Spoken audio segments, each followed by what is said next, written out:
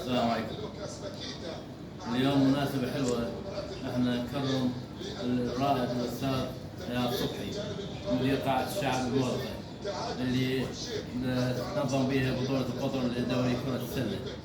احنا جايين نحضر بهذا المهرجان، هذا العرس الكبير اللي يجمع لاعبي كرة السلة بأندية القطر، مدربين، حكام، لاعبين، تحت اشراف الاداره مالت القاعه هذه اللي موفره كل وسائل الراحه والتنظيم العالي المستوى. يعني التنظيم اللي موجود في هذه القاعه ما موجود يعني في باقي الملاعب بالعراق. ما شاء الله الاداره مالت الاستاذ اياد متواجدين، يعني حضرتك موجود قبل اللاعبين قبل المتفرجين واخر من يترك القاعه.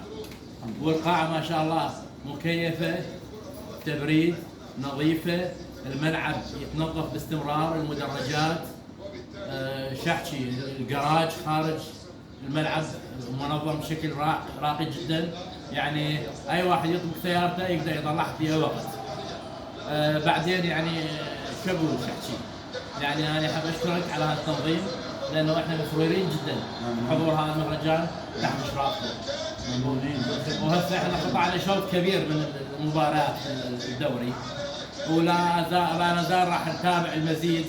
وما شاء الله عليكم، يعني انتم حتى دائما تتابعونا وتتابعون ارائنا ومقترحاتنا، فممنونين جدا. واحب بالخدمه ان شاء الله. احب اقدم لك هذه الهديه البسيطه. شكرا جزيلا. ممنون استاذ، جزاك الله خير. شكرا حبيبي. لا شكرا.